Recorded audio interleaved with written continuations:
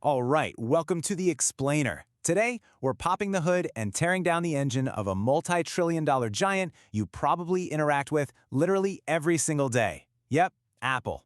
We're going to unpack their secret playbook to show you exactly how they've built this inescapable brand equity, and honestly, more importantly, how you can steal a bit of their DNA for your own business or side hustle.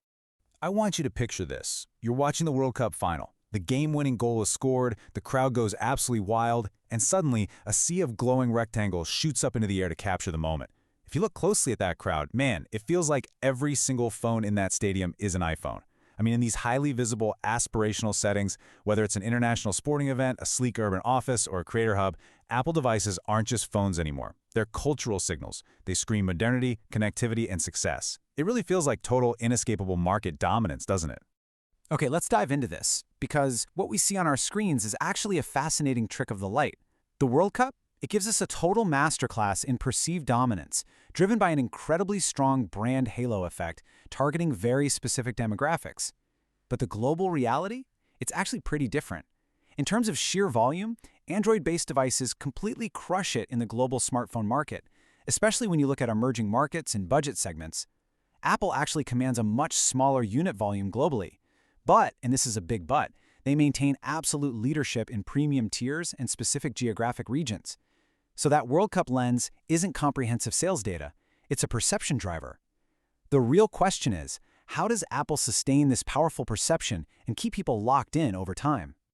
Well, that brings us to Section 1, the hidden gears. Let's look at the 4 strategic pillars. The first pillar making this whole machine work is their integrated ecosystem architecture. And look, this isn't just about making a killer phone. It's about seamless interoperability across the whole shebang. Hardware like your iPhone, Mac, and AirPods, operating systems, and services like iCloud and Apple Pay. Features like continuity or AirDrop create this environment where the whole is demonstrably greater than the sum of its parts. You copy text on your phone, and boom, you instantly paste it on your laptop. It feels like magic, right? But actually scratch that. It's not magic, it's just brilliant, disciplined architecture. Which perfectly tees up this very real and kind of hilarious reality. Step 1, buy an iPhone. Step 2, buy AirPods. Step 3, realize you can never, ever leave. This ecosystem architecture generates massive switching costs. I mean, we all joke about the dreaded green bubble in group chats, but the friction of leaving is a real headache. If you jump ship, you lose your iCloud keychain. You've got to reconfigure all your workflows and say goodbye to that instant spatial audio handoff with your AirPods. The ecosystem delivers absolutely tangible benefits in convenience and security, for sure. But it simultaneously locks you in, driving up your lifetime value as a customer because you just keep upgrading within the brand family. Now, this brings us to the second pillar, vertical integration. Apple exerts an intense level of control across their entire value chain. They aren't just cobbling together off-the-shelf parts from different vendors, they are co-designing their hardware and software from the ground up. By bringing their silicon design in-house, think about those incredibly powerful M-series chips in the Macs or the A-series in the phones, they achieve remarkable power efficiency and performance optimizations that competitors honestly struggle to match. And because they own both the brain of the device and the operating system, they can offer 6, sometimes 7+ years of OS support for a flagship device. That massively enhances how durable and valuable the product feels over time. Pillar 3 is premium brand positioning, perfectly captured by one number, 40% plus. That is Apple's frequent gross margin on hardware alone. And services? Even higher. Apple absolutely refuses to get dragged into a spec sheet price war. You're never going to see them competing to have the cheapest phone on the market. Instead, they position their offerings as premium lifestyle and productivity tools. And the justification for this premium price tag rests on gorgeous industrial design, intuitive software, rock-solid resale value, and, let's be honest, social status. This perceived total value easily outweighs the higher upfront cost, and it allows them to fund massive R&D while keeping investors very, very happy. The final pillar here is disciplined marketing. Apple practices incredible restraint. Just think about their ads for a second. Minimalist, super clean typography, tons of white space. Campaigns like Shot on iPhone focus entirely on emotional storytelling and user creativity. They completely ignore technical clutter or direct comparisons with competitors. And then they pair this with those highly anticipated, almost theatrical keynotes and experiential retail. I mean, walking into an Apple store with its distinct architecture and those non-commissioned Genius Bar specialists, it fully immerses you in the brand. They treat their products as cultural objects, not just interchangeable plastic gadgets. Moving on to Section 2, Apple versus the competition, the philosophical divide. And this brilliantly illustrates the landscape. To truly understand Apple's strategy, we have to look at what everyone else is doing. It's a massive philosophical divide. Apple prioritizes depth, premium pricing, closed ecosystem integration, and owning their retail channels. On the flip side, competitors like Samsung, the Google Pixel ecosystem, and other Android makers generally optimize for breadth, huge unit volume, open modular flexibility, and indirect sales channels like carriers or big box stores. And look, neither approach is inherently wrong. They just serve entirely different needs. Competitors use off-the-shelf silicon and modular operating systems, which allows for really rapid feature adoption and makes devices accessible for price-sensitive buyers. But Apple, they sacrifice that broad flexibility to deliver a narrow, deeply consistent, and incredibly polished end-to-end experience.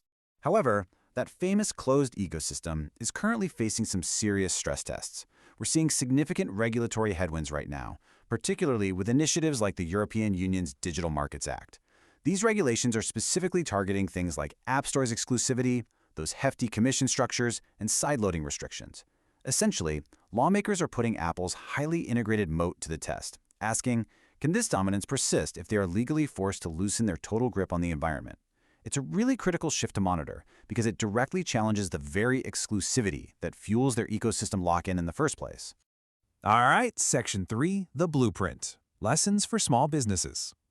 So you're probably asking yourself, what does a trillion-dollar tech monopoly dealing with international regulators have to do with my small business or side hustle?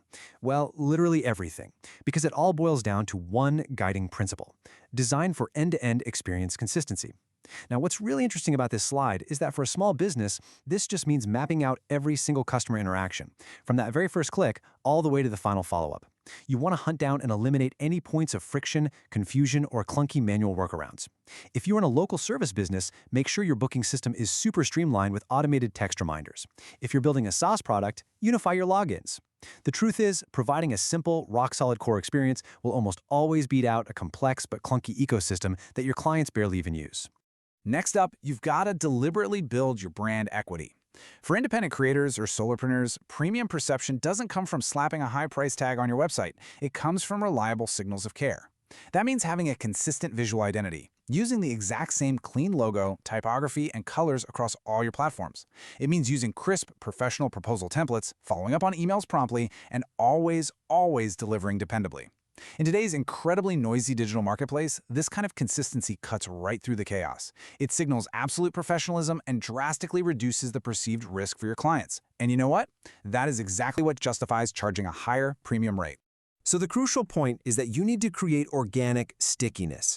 Instead of constantly hunting for isolated one-off transactions, design your offerings so they naturally pull people into a deeper level of engagement. Think about a fitness coach, right?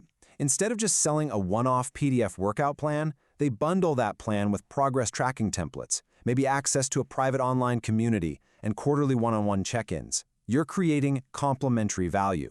Every single interaction makes the next interaction more valuable and far more convenient, naturally building a mini ecosystem that your clients actually want to hang out in. But to pull this off without totally burning out, you must practice restraint. Apple famously says no to 1,000 things. You need to do the exact same thing to protect your bandwidth. Seriously, resist the urge to shout about every single feature you offer or every brilliant new idea you have. Identify the one single core problem you solve for your customer and completely master one primary channel to communicate that solution before you try expanding everywhere else. Keep a strict not now list. That kind of clarity speeds up decision-making for your customers and keeps you or your small team incredibly focused. Finally, you absolutely must own your direct customer relationships. Prioritize the channels you actually have control over: your own website, your email newsletter, SMS lists, and a solid CRM for your key accounts. Do not let your business become purely dependent on the whims of third-party algorithms or rented social media platforms. By institutionalizing feedback through things like user surveys or post-project debriefs, you build a fortress against sudden platform changes. These direct, one-on-one relationships build a layer of genuine emotional loyalty that a purely transactional marketplace just literally can't replicate.